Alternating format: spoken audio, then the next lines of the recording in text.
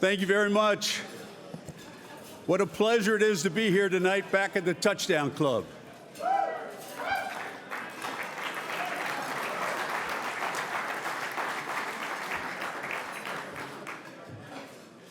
You know, I'm 76 years old. When they call you up, you won the Lifetime Achievement Award or the Lifetime whatever, get a little concerned. You call the doctor, say, hey, does Steve Beck know something I don't know?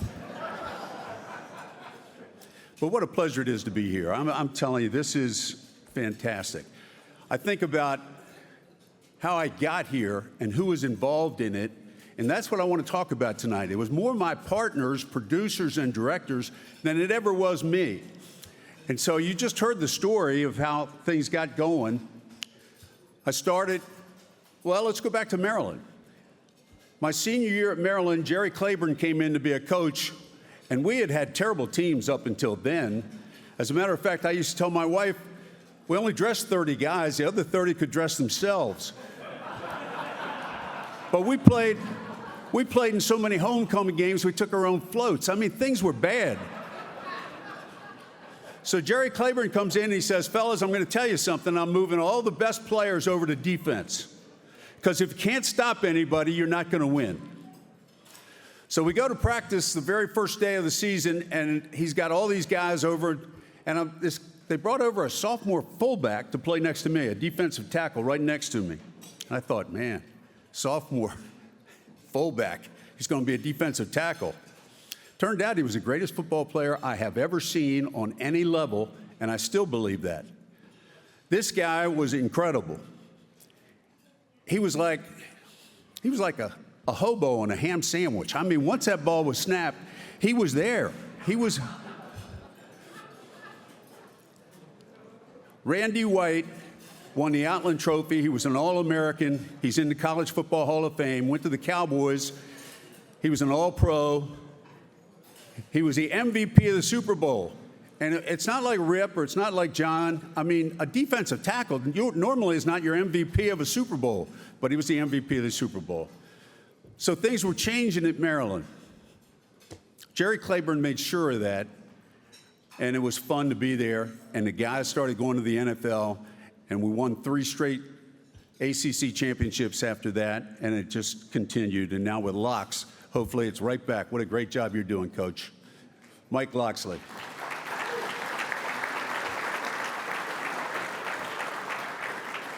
So I graduated from Maryland in 1973. And Andy Ockershausen, as you heard, called me and he says, hey, Tim, we'd like you to do with WMAL, the Maryland football and basketball games and television. Heck, I hadn't even been on radio, and that's what they were asking me to do. But I did it, and it was great, and I had fun, and I was learning things. This was before Johnny Holiday. And then before I knew it, Joe Albritton did buy the Washington Star. He heard me, the Washington Star, what was then WMAL television, and they did change it to his initials, Joe Louis Albritton, WJLA. But it was incredible. And so I'm on the radio with Hardin Weaver one morning doing the morning sports. And I go to the newsroom after my sportscast, and they say, Tim, it's a telephone. I pick it up, it is Mr. Albritton. He says, Tim, you don't know me, but I am a businessman from Houston, and I just bought ABC7 television. And I want you to be my sports director. And that's a true story. I said, sir, I've never been on television in my life. He says, just do what you do on radio and smile. That's a true story. As you look down the road and you start to see what happens in your career or in your life, and it's the same with all of us in business, I heard a saying one time that success is dictated by the people that surround you. And that was the story of my life. My career, honest to goodness, was like Forrest Gump. It was truly like Forrest Gump. As you can see, as soon as I graduate from college, I'm offered a job to do radio. I get to Channel 7 television, and at the same time, when I accepted the job to go to ABC7, I didn't know Glenn Brenner was the new guy over at Channel 9, one of the nicest guys you ever met, one of the funniest guys you've ever met. And I'm thinking, he was the Henny Youngman of sports. It was like Neil Cullen getting up and doing a sportscast or something. Over at 4, they had George Michael had just come, and he had all the video in the world, and he started the Sports Machine.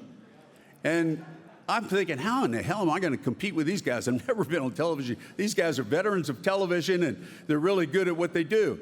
So I sat down one night with a couple beverages, which was a nice thing to do.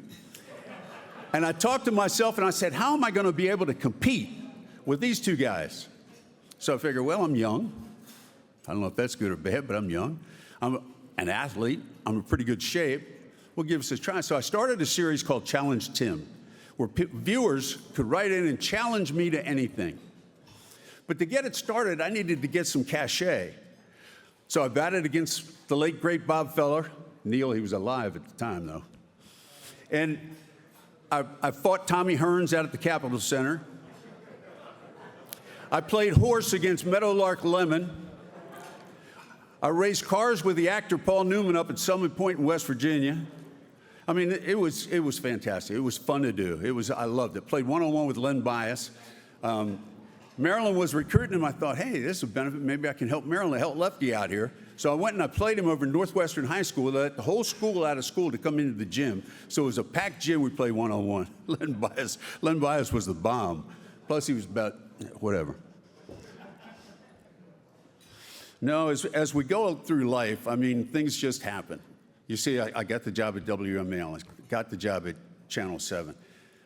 Willie Davenport, I don't know if anybody remembers Willie Davenport. He was a U.S. Olympian, a track guy, and he was making the transition to go over to the Winter Olympics. They wanted him to help him with the bobsleds. So he called me one day and he says, Tim, how about coming up to Lake Placid and going down the bobsled run with me? So on the flight up to Lake Placid, I'm reading about the bobsleds. They go 85 to 90 miles an hour. You're coming down a refrigerated wall. You're being hit by 4 times the force of gravity, and you're climbing these walls and looking at the... So I got there, and I said, all right, I'm going to do this. So I did it. But I had the engineer hook up my helmet with a lipstick camera, what they call POV, point of view. So the viewer can see exactly what I'm seeing, and their stomach can ride the ride just like I'm riding it. It was unbelievable. But Challenge Tim took off, and Roone Arledge saw the piece I did on the bobsleds, and he's getting ready. He was the head of ABC Sports in New York, and they're getting ready to do the Olympics. And I get this phone call. I said, Tim, how would you like to come to New York and work for ABC Sports? I said, I would love it. So I go to ABC. Forrest Gump continues. I mean, it's unbelievable. I should not be standing here right now. A lot of other people, you know, the producers, the directors, everybody that's involved, the executives, and my partners, definitely my partners. That was the thing about being at ABC and being at CBS over the years. My partners were sensational. It had nothing to do with me. But I mean, I go to ABC Sports. I'm working with Keith Jackson, the greatest college football voice in the world, Hall of Famer, Keith Jackson. So I go to work with him. That goes for 4 years. My contract's up. CBS is offering me a contract. It was a pretty good contract, so I went to CBS. My next partner after Keith Jackson was Jim Nantz. So I went from Jim Nantz to Mike Tirico. Basketball was Billy Packer, Bill Raftery, who Raft just did the Monday night championship between Florida and Houston this past week. So it was those guys. Go do Wide World of Sports. It's somebody like Bonnie Blair, 5-time Olympic gold medalist. So all these people took me under their wing and championed my career and helped me. They actually taught me about their sport, taught me whatever it was, whether it was water polo at the Olympics. I mean, the first time I thought it'd be a funny guy. Roone Arledge says, we're going to have you do water polo at the LA Olympics. I said, how do they teach those horses how to swim? You know, I had no idea. But I did the Olympics in Sarajevo, Yugoslavia. And what I did was the bobsleds. One time I had come down to bobsleds. In Sarajevo, I was the announcer for the bobsleds. I mean, it was unbelievable, the luck that I had, the partners that I got. And to tell you that I should be standing here alone is not the truth. This trophy tonight is not just mine, but it's all the partners I had that made me better. It's like Randy White next to me made me better. I mean, you learn from these guys. You try to be as good as they are, and even if you can't get there, you try to be the best you can be. So I want to tell you this. In 1977, I was assigned to do the Muhammad Ali Alfredo Evangelista fight at the Capitol Center, and that's probably why I got the assignment, because it was close to home and they didn't want to pay the travel money. But Ali was out at the Sheraton Lanham for a couple of weeks before the fight. He was training out there. They set up a ring in the ballroom in the Sheraton Lanham, and he had the entire top floor for his entourage, his trainers, his Bodini, and all those guys. And I'd go to camp every day, and because I'm going to do the fight, and I'm listening to Muhammad Ali. I'm watching Muhammad Ali, and after it was one of those days where he was in a great mood, and he's bragging, and he's doing these poems, and he's having fun. So when he was finished his work, and I said, "Champ, how'd you get so confident? I've never seen a guy with your confidence in my life."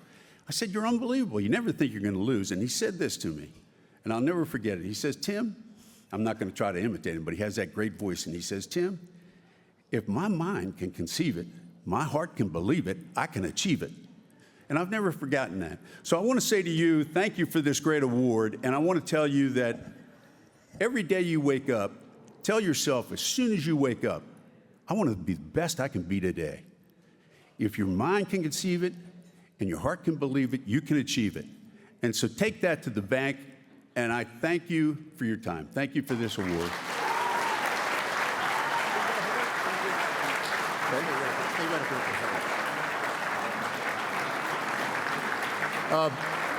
Before